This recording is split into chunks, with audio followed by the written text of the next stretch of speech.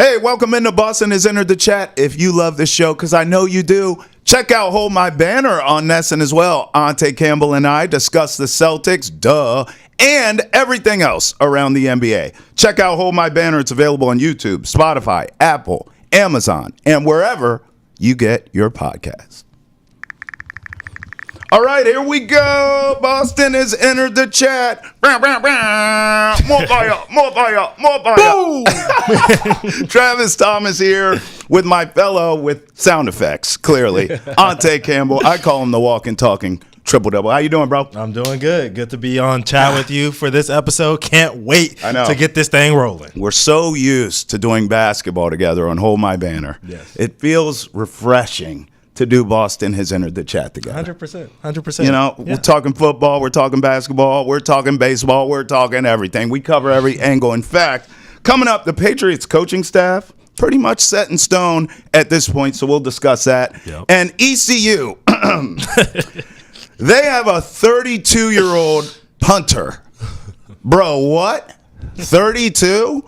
We're going to make fun of them together. That's going to be fantastic. And our guy Lou Merloni joins us to talk Baseball Hall of Fame as well and everything going on with the Red Sox this offseason. Boston has entered the chat, is interactive. So we always tell you, tweet at us using the hashtag NessonChat. You can also email us to chat@nesson.com. All right, now, Ountae, let's get into this. Yes. Patriots coaching staff. Woo. A bunch of good-looking men now coaching the Patriots. Look at these headshots right here, baby. Yep. I mean, listen, head coach, Vrabel. Yep. OC, Josh McDaniels. How about your defensive coordinator, Terrell Williams? How about special teams? You got to be special on special teams. Jeremy Springer there. Jeremy, don't call me Jerry Springer. Listen, I love this coaching staff. I just think, sort of thinking about Terrell Williams, who's like the newest addition. Yes. This is a Mike Vrabel guy. So he's a Vrabel disciple, if you will. Yes. So he's going to preach what Mike Vrabel preaches on defense. My thought process here, Ountae, is Vrabel being the CEO, being the head coach. Yes. Obviously, with Josh McDaniels at offensive coordinator, who we know has all the experience in the world with this franchise, right? He's going to be working with Drake Maye. We know what that offense is going to look like. There'll be new wrinkles, but really we know what we get with Josh McDaniels. We've seen it before. We know that Terrell Williams is a Vrabel disciple, as I said. I think Vrabel, the CEO as a head coach, wins here. Because you know what you're getting on offense? You know what you're getting as far as developing Drake Maye and continuing that development. And you certainly know what you're getting on defense. That allows Braves to just oversee everything, which is really what your best head coaches do in this league. Yeah, it does. I'm excited for Terrell Williams to be a part of this team because all of his defensive lines have been stingy. I mean, run defense has been through the roof with this guy. You go back to his Raider days, back to his Miami days. I mean, he had Cameron Wake and Ndamukong Suh. Yeah. He had those dudes rolling, having some of the best years of their careers over there in Miami. Going back to Tennessee, he was a stingy defense over there, putting pressure on those quarterbacks as well. I can't wait to see him as a defensive coordinator. I'm glad that he's getting this opportunity because he's been doing such a great job with defensive lines over the year. Always top 10 in rushing defense when you have him on your staff. So he's great. I think that's a great point. Another thing to think about, too, is this defensive line the Patriots have, if nothing else, is talented. Now, we don't know about Christian Barmore and his health in the future, but assuming that he's okay and he's going to be here, that is a talented Ountae defensive line. Yeah. And we assume they're going to also address it in the draft as well. 100%. I know a lot of people think maybe as high as the number 4 pick with the first round. We'll see. We'll see, right? We'll see. But to your point, what you have in-house, what you will potentially add in the offseason with him calling the shots on the defensive end for your line, fantastic. And you should shut down the run in theory. In theory. And if you add a number 11 from Penn State, that's what I'm saying. We've seen number 11s from Penn State in history. You know what I mean? We watched one down there in Dallas do a lot of great things. That's right. So if you added a guy like that with Terrell Williams, I mean, the sky is the limit. I'm not saying that I want the Patriots to take that, but the sky is definitely the limit. For sure. Well, even as much as we talk about this being a quarterback league per se, the teams left, the final 4 teams, all have dynamic running backs. None better than Saquon Barkley. Yes. But James Cook can run. We know the Chiefs. We obviously the Commanders. So all these teams run the ball. So for all the talk about quarterback league, you got to have weapons on the outside. True. Yeah. But you also still need to run the ball. Just a few years ago, we're talking about how running backs shouldn't get paid and maybe the position won't even be there. Right. BS. I mean, all these teams left in the playoffs have a strong run game. Yeah. So if you can tell me coming into this season, the Patriots are going to be stout against the run, and that's the calling card on defense, I'm going to tell you you're going to win a lot of games. I'm not saying you're a playoff team or Super Bowl team, but I'm saying in this league, the formula is still run the ball and stop the damn run. Yeah, and I mean, he's been great at that, even with the Lions this year. I know the season didn't end the way they wanted it to. They gave up 45, you know what I mean? But a good Cliff Kingsbury ran offense with Jaden Daniels at quarterback, who has been an electric rookie. You know, you can't really blame them with a beat-up team. I mean, they lost so many dudes on their front 8 throughout this season, so you can't really blame their defense for not holding up against a top offense like that with the Commanders. So, you know, I'm excited for Terrell Williams.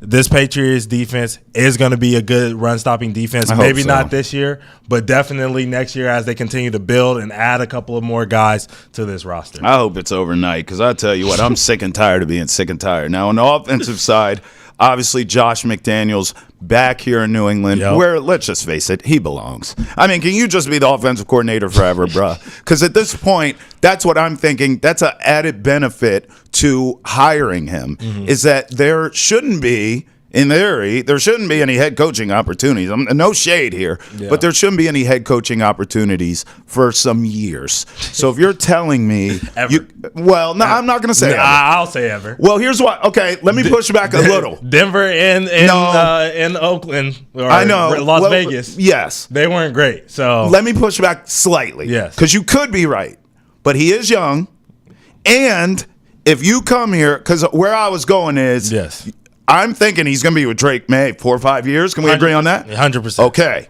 So he grows with Drake Maye. Drake Maye becomes a stud that we all know he's going to get another opportunity. I think so. Down the line. But he shouldn't. Well, that's not the topic. That's my only point. He shouldn't. I'm happy he's here. Let's focus on that, because now you get the Drake and Josh combo.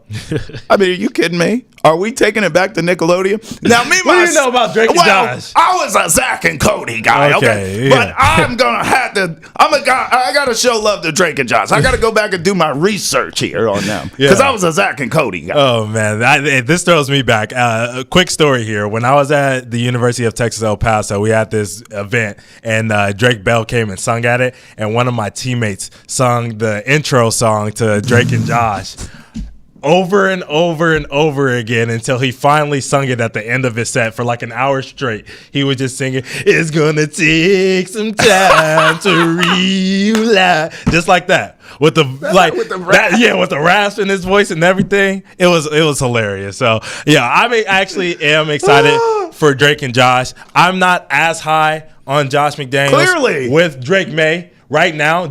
I don't think it's going to be overnight as everyone is expecting. Okay, because McDaniels has been a coach that has had his offensive players and teams do under center. They were right under center, under center. Drake Maye has been a shotgun quarterback throughout his career, throughout North Carolina, throughout his rookie year with the Patriots, right? So I don't know if there's going to be some growing pains there with Josh McDaniels having him under center, making him drop back, knowing if his drop back reads. You have to be a drop back quarterback at some point to be a good quarterback in this league, but Drake Maye hasn't shown that on an elite level consistently throughout his rookie season. So I think that Josh McDaniels is going to have some growing pains early on in the season. Adjusting. Having Drake Maye adjust to his system.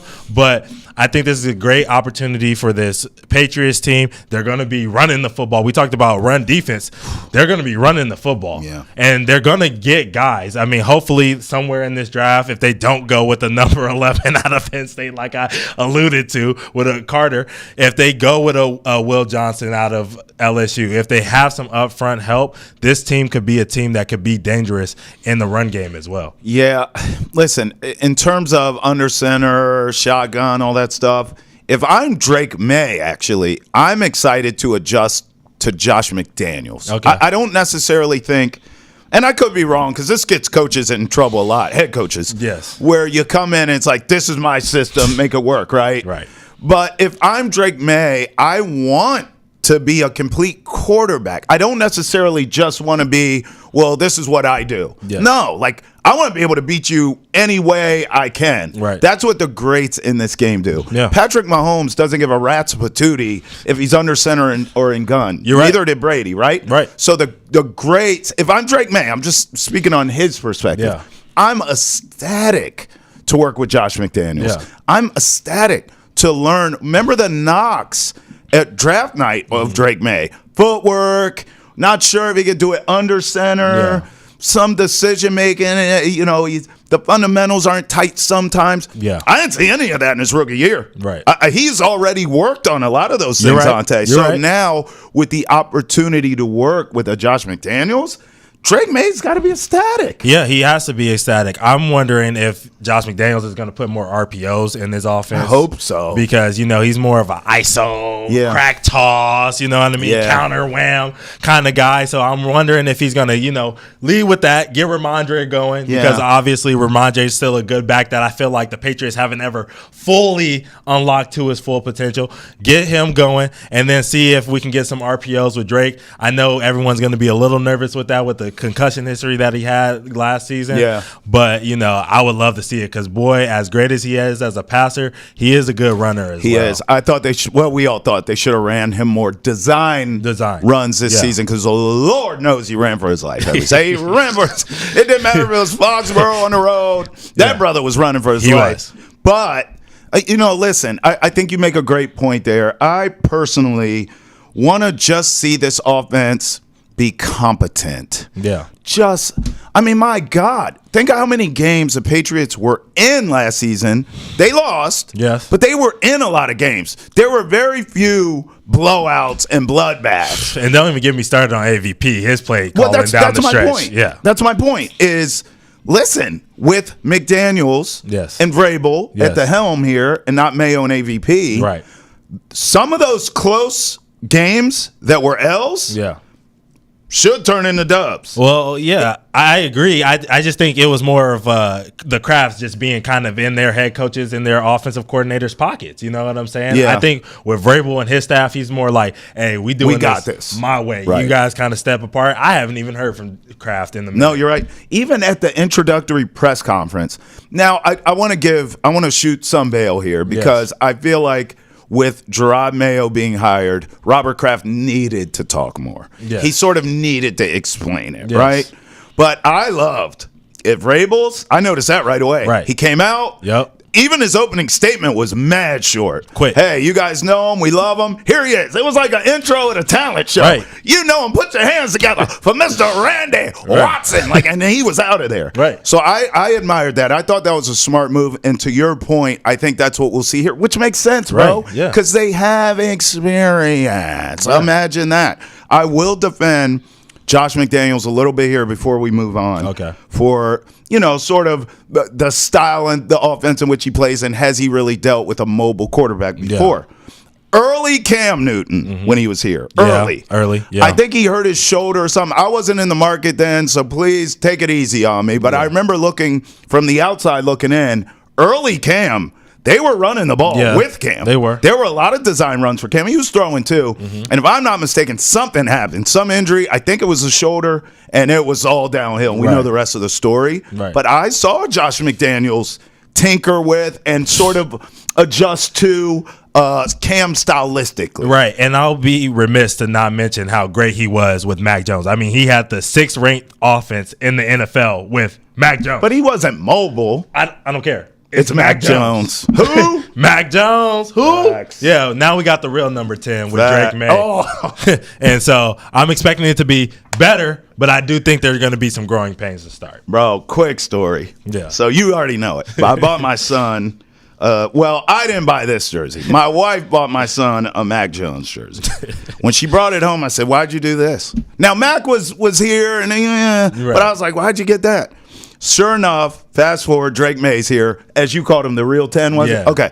So Drake Maye comes. My son goes, well, what do I do with this jersey? I said, I know just what to do. We put some tape on the back of that thing, and we took magic marker and wrote May. Oh, man. Then he was mad, though. He was mad because my daughter this Christmas got a Drake Maye jersey. The authentic joint. Yeah, so he's hurt. He was tight. He's tight. He didn't like that. Yeah, I'm with him. I'm with him on that Well, one. I just told him, get used to it, son. Players change teams all the time. Hey, listen, if you're enjoying the conversation, be sure to tune in Monday through Friday to Boston Has Entered the Chat. We talk about all the latest news and sports in Boston and around the country each and every day. You can find us on YouTube, Twitch, Spotify, Apple, Amazon, wherever else you get your podcast. All right, Tay, you know how this works. Yeah. It's what's trending time. Yeah. Now, as you know, because you've known me for so long, I am a perfect angel. And we used to do these What's Trendings, and we have 3 topics, and we would just talk at them at will. Why are you making that face? And we would talk about them at will and at length, and it was great. And the producer would get in our ear, and they'd say, okay, guys, wrap it up. And George would just and be talking. And so now we put a 3-minute timer on it. But as you know, I will color within the lines. You ready? Yeah. What? What's the problem? Yeah. You got something on your heart? Yeah, you lying to these good people, but it's all right. Let's keep it rolling. All right, 3-minute timer, please. Here we go. Topic 1, in an effort to support Mark Andrews, I actually appreciated this. Bills fans donated, and they're helping him out because you know it's hot right now for him. They donated $65,000 to his charity for type 1 diabetes. Here's a tweet by Schefter here. Now, some of this you could think, all right, Bills Mafia clearly trolling the guy. But even if they are, Ountae, I mean, you're pledging this kind of money to his charity.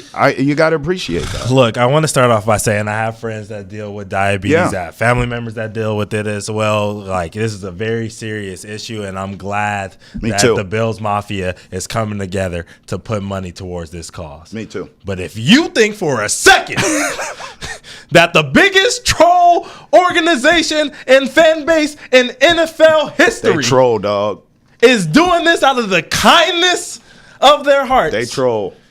You are mistaken, Travis. Yeah, nah. This is a troll job. They're saying, "Hey, thanks. Yeah, we love you so much. I know that we're gonna donate to a cause that you care about." Yeah, they did this. They did this in the past. You are a part of Bills Mafia, just like we are. Thank you, Mark Andrews. Yeah, appreciate you. They did this with, I want to say it was Andy Dalton, and like the Bengals won some game or lost a game, and the Bills were able to get into playoffs or clinch something. Yeah. And because the Bengals lost a game and the Bills were obviously at an advantage, they did the same thing. Right. They donated a bunch of money to Andy Dalton's charity. Yeah. Like, this is just what they do. And I agree with you. Yes. This is the same fan base. And we all know it well around here. I mean, we beat the hell out of the Bills for how many years, right? Now they're winning. Good for them. No shade. But let's just be honest.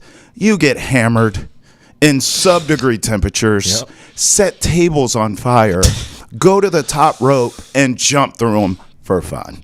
Yes. Of course they troll. Of course. I mean, but I don't care.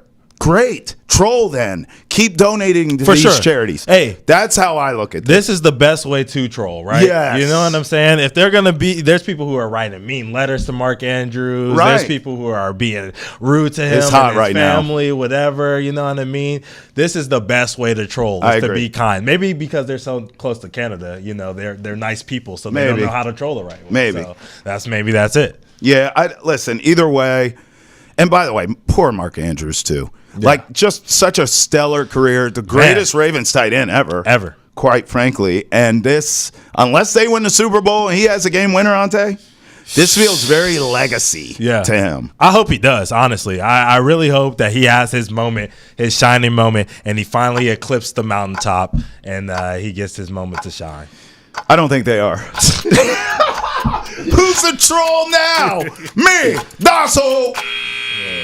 Remember, email us at chat@nesson.com. You can also tweet at us using the hashtag NessonChat. All right, let's get to this story because I've been dying. Clearly. A 32-year-old punter for ECU named Luke Larsen. Sounds like a creep. Enters the NCAA transfer portal. Bro, you're 32, bro. What are you doing? How is this even possible? Now, I call Ountae Campbell the walking, talking triple-double. And I call him that affectionately because he hooped at both Fresno State and UTEP. So a Division I athlete right here. He's humble, so he'll never tell you this, but he will dunk on your face, okay, and block your shot to the nosebleeds. No. So, since you're our resident expert here, yes, can I just ask, how in the hell does a 32-year-old enter the transfer portal? How are you even in college, bro? How? So I went and had to do research on this dude because no one's paying attention to ECU football. Sorry, Facts. Spoiler alert. Facts. Or punters. Sorry, spoiler alert. Double facts. But he was from Australia. Okay. He started college football as a 28-year-old. Okay. And then he played in his first season in 2020, which, that season doesn't count. The 2021 season, he actually sat out. Well, he played one game, sat behind somebody else, sure, whatever. I think he got kind of a redshirt year. That's what I'm kind of assuming for that year, right? And then 22 played, 23 played, 24 played, and now we're here. He's entering the transfer portal in 25 for his fourth year. Jeez, bro. Quote, unquote, according to the NCAA, playing. And, man, I think it's just ridiculous. Like, I'm thinking about, I redshirted a year, and I played when I was 23, and I remember walking around campus with 18-year-olds and feeling like, dude, I can't be doing this anymore. Right. Imagine doing that at 32. Right. I don't know. Maybe those, Australians just like walking around younger people. Shout out Josh Giddey. I don't know. That's a ridiculous shout out. I just think, listen, this is what I think. I just got back from a bachelor party, and I told Ountae, I'm too over this, dog. Like, I'm still hurting. I'm tired. I'm hungover. I can't imagine being in college again at this advanced age. Ain't no damn way. At 32? Bro, you're not tired, bro. You still want to go out every night, bro. You're not like, are you going to class? Is that a real thing? You're sitting in class at 32. Like, there's no way. First of all, you're not a quarterback. Yes. You're a punter, okay? I promise you are being made fun of. Every time, every class you in, every time you go to the local dive bar at ECU. Sorry, I'm not up on my ECU bar talk. Yeah. Sorry, I'm not sorry. But, like, you're not a fan of the Pirates? Nah, I don't know nothing about them. But you're getting clowned. Yeah. They're making fun of you. Don't you think? Yeah, 100%. Wouldn't you? I was making fun of some of my friends who still were in college at 24. 24, and I'm like, dude, you're still in college? Same. I graduated at 24, and I got clowned. So imagine 32. You're right. Man, just go get a job. Yeah. You can work here. Come chill with me and Ountae. Yeah. We'll make fun of you here. Yes, we will. Run your own race, by the way. Run your own race. Facts. Take your time. Do what you want to do. It's just all jokes. All jokes. Not for me. I'm serious. Jets hire Lions defensive coordinator Aaron Glenn as their head coach.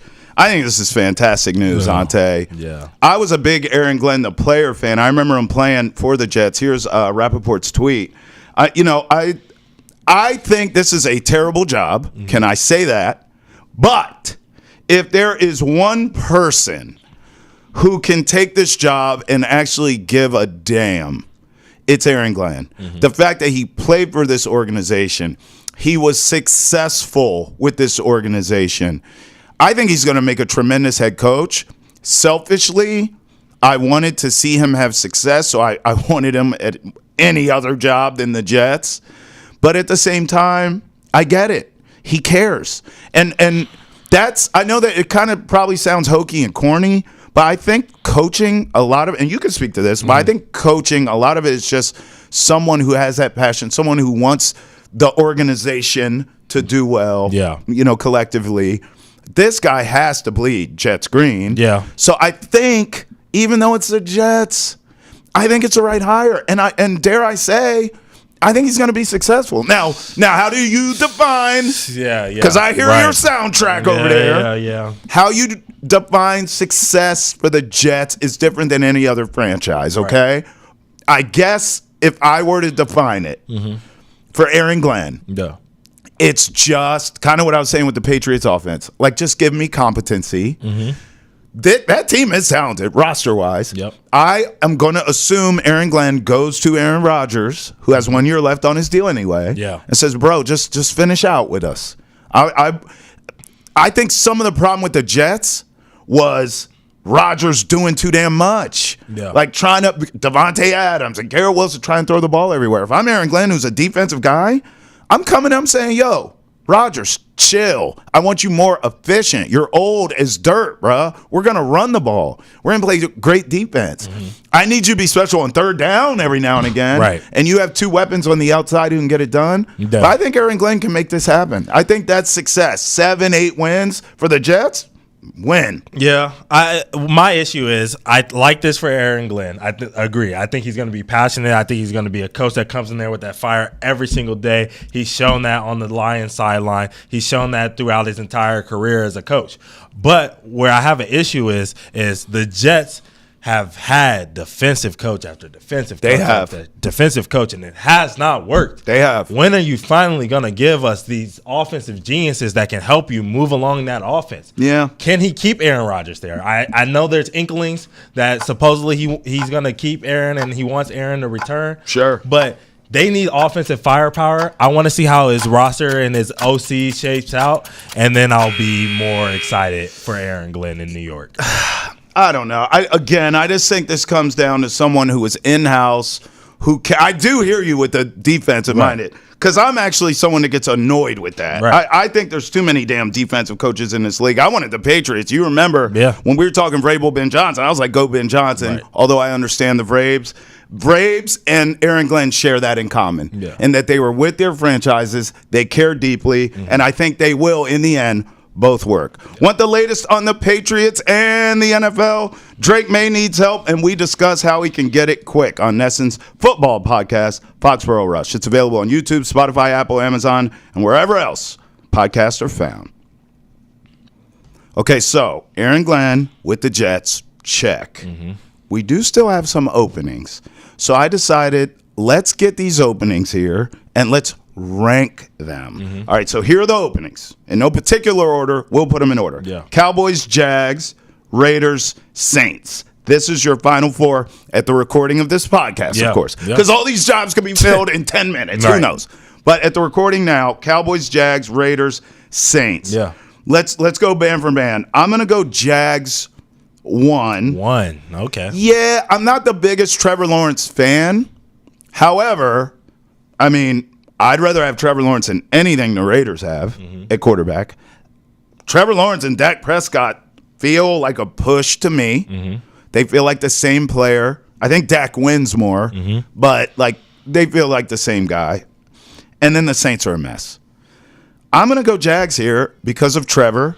And I do think that division is much more obtainable. I know the Texans are good, but the Colts are a mess. Like, I just think you can make hay in that division looking ahead.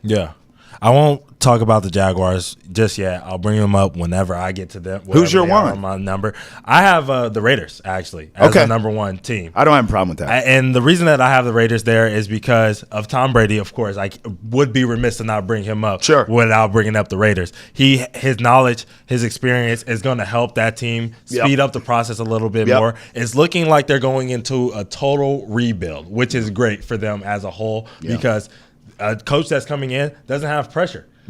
All these other jobs that I'm looking at, there's going to be some type of pressure to succeed and be good sooner rather than later, right? Well said. At least two of them. So I'm looking at this Raiders job and I'm saying no pressure, cap space, second most in the NFL. You know what I'm saying? 6th pick. We don't have a franchise quarterback, but okay, maybe we go out and get a Sam Darnold if we think that's the answer, right? Maybe we go out and get some of these other guys who are available who are being floated around. Maybe that's the answer. Maybe we don't get one in this draft, but that's the beauty. They have time. So I think the Raiders have the best opening for a head coach to go into right now. I don't have a problem with that. I have them at 2. So we're in lockstep. I just had the Jaguars higher because of Trevor Lawrence. But I agree. Brady's there. It's Vegas. I want to go on record here. I think Prime ends up coaching the Raiders, and they trade up to number 1 to take Shedeur Sanders. That's my hot take. So I have Raiders 2. 3, I have the Cowboys. You do have Dak, even though I just slandered him. He does win. I just don't think he has that next gear. He's Kirk Cousins, right? He's just Baker Mayfield. All these guys are very similar. You can win with them, maybe even big, maybe a Super Bowl, but everything has to be right. And that just doesn't happen in this day and age in the NFL, especially the way Dak's getting paid. I don't want to deal with Jerry either if I'm a head coach, but I still have the Cowboys there.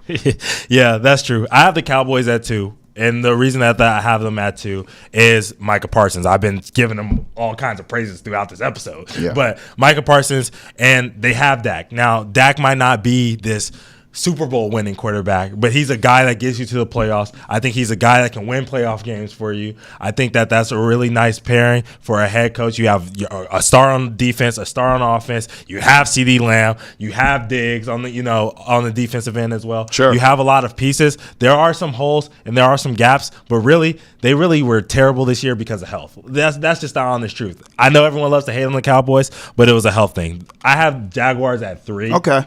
And the reason that I have Jaguars at 3 is because, one, Trevor Lawrence is a quarterback that could get you fired. Because if he's playing well, you know what I mean? It's, he's this and he's that, and he's the first pick that we thought he was going to be, and he's the man with the long, beautiful, luscious hair that's going to take us to the championship and do all of these things, right? But at the end of the day, you got to deal, like you were talking about dealing with Jerry Jones, which is a knock definitely for working with the Cowboys. Facts. Dealing with Balk as a GM is a terrible knock as dealing with the Jaguars as a head coach. Yeah. So I don't want to be anything around that. I would rather deal with Jerry than deal with Balk and deal with Trevor Lawrence. I mean, deal with Dak than deal with Trevor Lawrence. Sure. So that's why I'm rolling with those two in those positions. All right, well, I got the Saints last. It sounds like you do too. We don't even need to waste time. They suck. And listen, they put all their eggs in the Derek Carr basket. What did that give them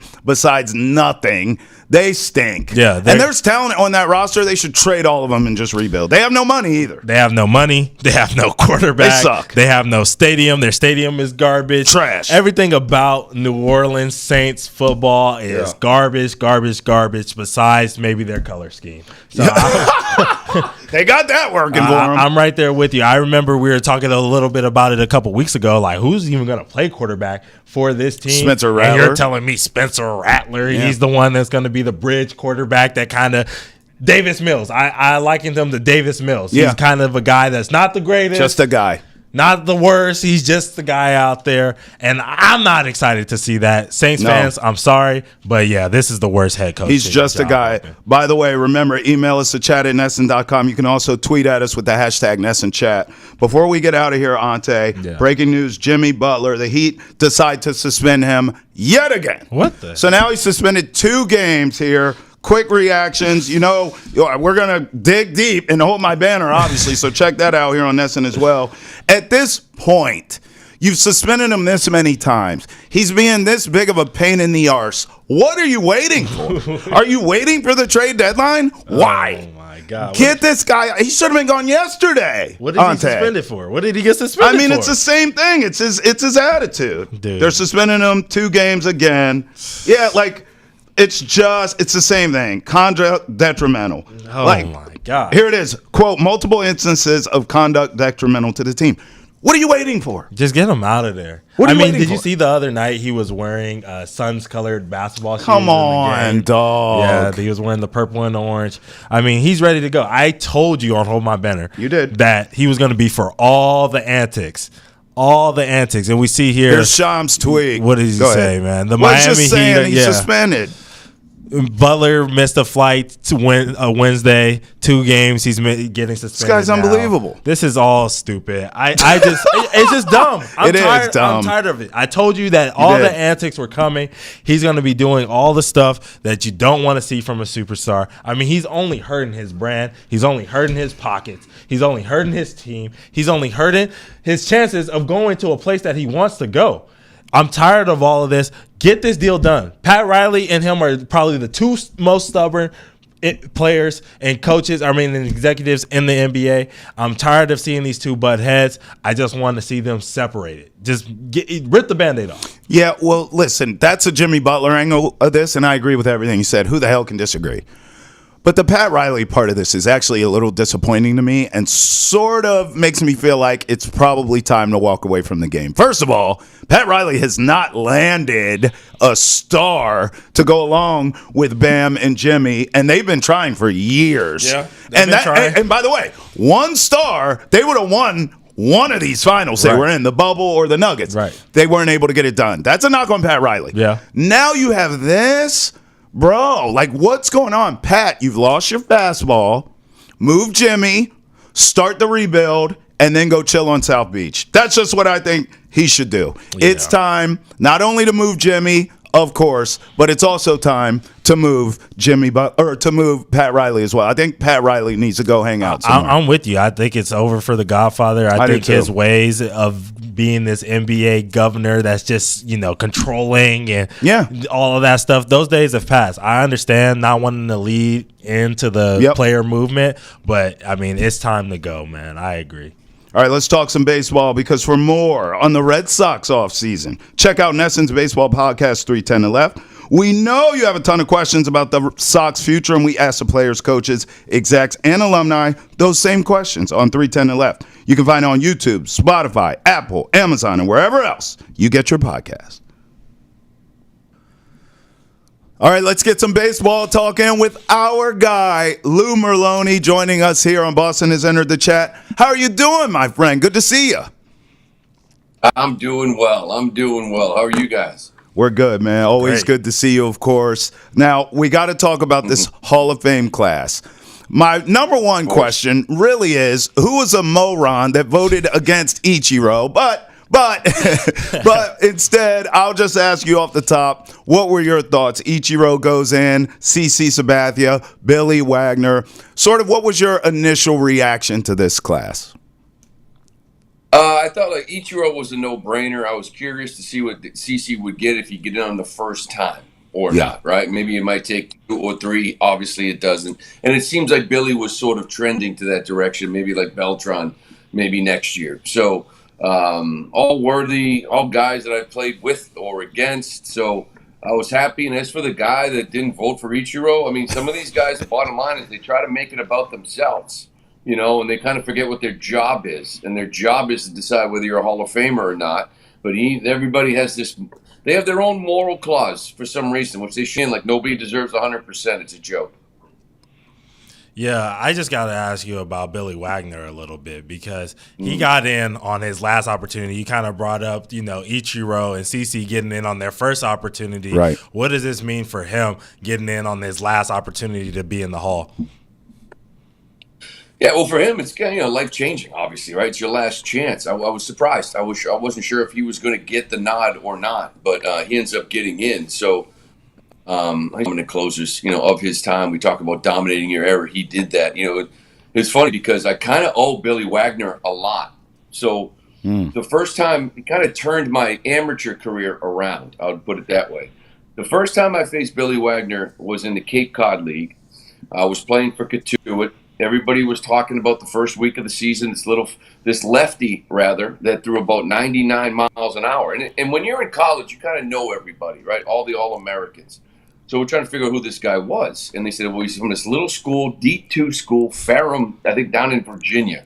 And my first thought was this guy's got to be a big donkey, right? Right-hander, just throwing 100.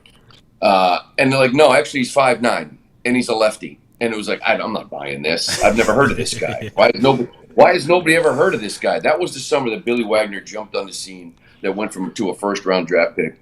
And that summer, they turned him into the starter because all these coaches and scouts wanted to see him pitch. And I was struggling a little bit the first 2-3 weeks of the Cape League. I faced him.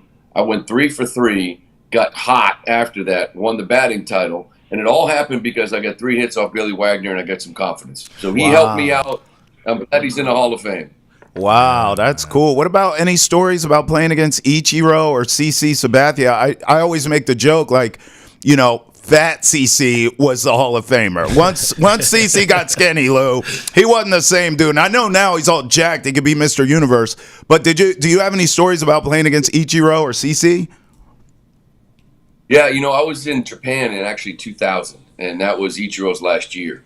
And he came over, and everybody was like, do you think this style will play? Do you think he'll be a good hitter? And I remember watching him, and the Japanese hitters were a little bit different. They'd take that, lefties especially, would take that swing, they'd bail out towards first base, and you're like, how does he not roll sinkers away, change-ups? How does he stay back? I watched him that summer. He wasn't in our division, but you got to watch a lot of games. And I couldn't get over the coverage. I couldn't get over how he covered the outer half, how he would lace balls to left, a little soft inside he pulled, with power. It was like the complete package to go with the defense. And I remember someone asking me, like, you've seen him, do you think he's going to hit here? And I'm like, he's not a question of hitting 300. It's how much over is he going to hit? Like, that's how much good of a hitter this guy was. And he used to be a pain in the ass, to be perfectly honest with you, because I remember playing second a lot. We had a game where he had a chopper over the pitcher's head. I had a great break on it, gloved it as quick as I could do it, released it to first, and he was safe by a step. Then he did it again, like the next game or in the series, and the exact same play. I thought I had a beat on it, charged it through the first, and he beat it out. He gets to second base, and I don't even know if this guy can speak English at all. And I look at him like, man, you got to stop doing that. You're making me look bad. And he looked at me and smiled and said, "It's not your fault." Wow. And I just started laughing. What? It was like with pity on you. Yeah. Like, it ain't your fault. No one's going to throw me out on that. Ooh. Like, no one's going to, I'm getting down the pick. So he was a special player. Yeah. Damn. I mean, definitely a special player. You talked about Ichiro there. What does this mean for baseball that they have their first Japanese-born player elected to the Hall of Fame? I know this summer everyone was talking about Kim. Everybody was talking about Sasaki. What does this mean for baseball's growth as a whole?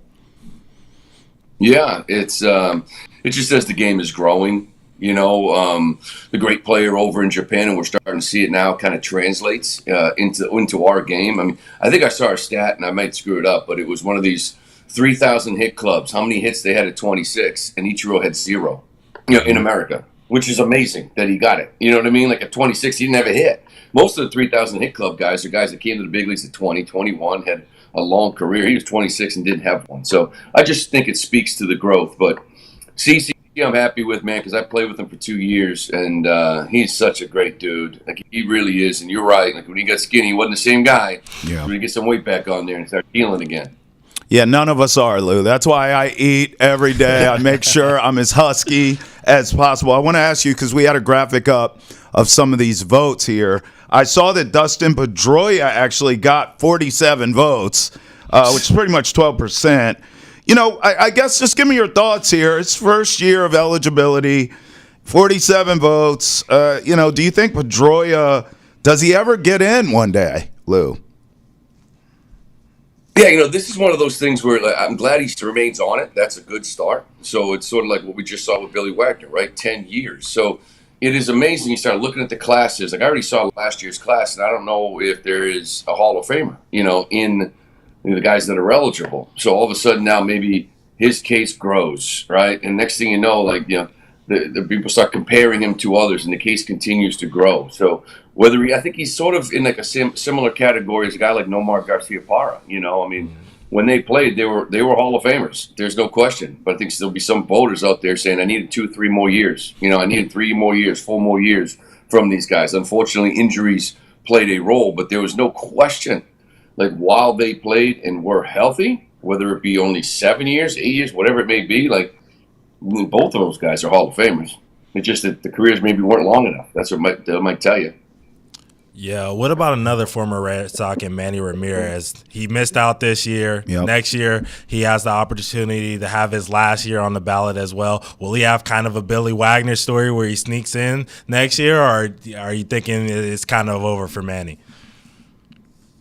Yeah, unfortunately, I think that's going to be too big of a jump for him to overcome. And I know this is kind of like the controversy when it comes to Hall of Fame voting. But my thing is this, like, when reporters try to figure out who took steroids and who didn't take steroids, and I know Manny got caught with it and tested positive and got suspended, I think they're playing a dangerous game. So for me, it is Manny Ramirez is a Hall of Famer, Alex Rodriguez is a Hall of Famer, Roger Clemens is a Hall of Famer, and Barry Bonds are all. Pete Rose is a Hall of Famer. It's just, what did you do on the baseball field? And in your era, you want to put it on a plaque, the era that they played it, put on a plaque that he got caught. But they were the greatest players that I played against. They were in that category. I played with Manny. I saw it every single day. It's to me, they're Hall of Famers.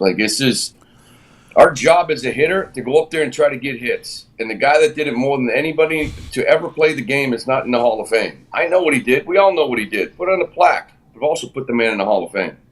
Yeah, I completely agree with you. So does Ante. Like, we literally caught the Holy Ghost while you were preaching that. So I almost want to stay here for a second and just go further into this. Of some of these cats, Lou, had Hall of Fame careers before they allegedly took the stuff any damn ways. Clemens, Bonds, we know the names. Do you think, I mean, whatever will happen with this era of baseball, Lou, clearly they're not getting in the Hall of Fame, but is there another way in which baseball can celebrate almost an entire generation, it feels like, of baseball players who deserve it? Or do you think this is just what it is? Baseball has turned their back on all these guys, and that's what it is, and that's what we're going to deal with in the future forever? You know, I almost feel like it's kind of split because the way they got a shot is at the Veterans Committee. Unfortunately, I feel like it's the veterans that played before them that maybe have harsher stances on this whole thing. You know what I mean? I feel like guys, my era, my age, if you talk to them, and I'm doing it all week here in fantasy camp. Some of the guys I play with, you always talk about the Hall of Famers. And it's sort of like the guys that actually played through that era look at it and say, well, I don't know who was taking it and who wasn't. Like, people just think just because you look jacked and gained 40 pounds, you were taking it. That wasn't the case.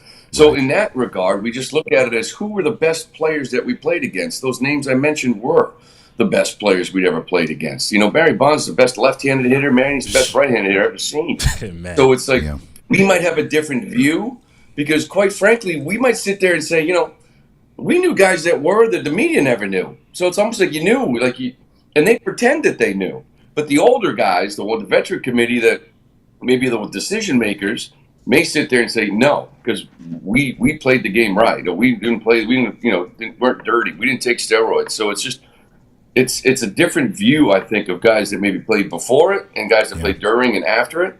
So we'll see. Lou, I know you've talked about it on multiple platforms because you're an absolute beast, but I haven't had the chance to personally ask you your thoughts on the Red Sox offseason so far. We know they're not done, but so far, your thoughts on the Red Sox offseason. Yeah, not done is a good way of putting it, right? Yeah. Because I think that there's a chance that you could feel better about it. I don't know what's going on with Alex Bregman. But, all this hostility that people have towards what they've already done or what they maybe haven't done, I think, we'll see. Maybe it's not overblown, right? Maybe if this is all it is, it's sort of like, what happened? I thought they were willing to spend on go over, and it's about a bunch of 1-year deals, as opposed to maybe going out and getting that guy for 5, 6, 7 years and building a foundation with this young group. So that's not over with. What I look at is what they have done with Buehler and Crochet in particular. Like, they have beefed up their rotation. They have added some depth there. I think if they get one more arm in the bullpen, you feel good about that. It's just a lineup that seems to have the same flaws. Young hitters that swing a lot. There isn't a veteran leader with them. And I know we talk about Devers, we can talk about Story, who's been injured a lot. But there isn't another guy, and I think everyone's looking for that other guy. And if you were to wake up tomorrow morning and sign Bregman, I think all the people that have been panicking and ripping them would sit there and say, okay. Like, they built a team right now, playoff team, right? In just one thing, one signing, right? It could just happen that quick. So it's not done yet. So hopefully you give me a bullpen arm, you give me Alex Bregman, let's go roll the balls out there here in another month or so and go play baseball, and hopefully that's a playoff team. Well, that's my question for you, Lou. Like, how close are we to getting Alex Bregman? Yeah, what's up? We know that you're beloved by Red Sox Nation, Yes. so maybe you got a little insider track here for us, Lou. Break a story, Lou. How close is this Alex Bregman thing? Is there really some traction there? What's going on, man? I think it's like anything else. Maybe I don't love the approach of sort of contacting him and making an initial offer that probably isn't representative of what he else has. So whether that gap gets closed here in the next week or so, because I think that's where we're at right now. I personally believe, and we'll see who else comes into play. I just don't think anybody wants to go to Toronto. And I know Santander did, but it's sort of like, he got paid. Let's face it. They had to pay to get him there. And Detroit think is an option. We don't know how far they're willing to extend themselves. So I've always felt like he's sort of waiting for the Red Sox to step up and come close, and we'll see if that happens. So hopefully in the next week or so you'll find out. I find it hard to believe that given what we saw last year from some of the guys that waited till the middle of camp and how their seasons went. Blake Snell figured it out. I just find it hard to believe those guys want to wait. So I would think he's going to straighten this thing out in the next week or two. I would think so too, Lou. Yeah, I don't think Bregman's that kind of guy. No. And Alex Cora's his guy, right? So, that's the X factor to me. It's like, okay, I maybe the offer's not what I wanted, but Cora's my guy. That team needs me. To your point, Lou, the offseason they've had, Bregman to me feels like the icing on the cake. I think that's a move. I agree with you. I hope it's within the next few weeks. I mean, listen, Lou, you know how we feel about you here. We thank you for joining us, and we thank all of you for rolling with us here on Boston Has Entered the Chat. Until next time, for Lou, Trav, and Ountae, we'll see you then. Peace. Deuces.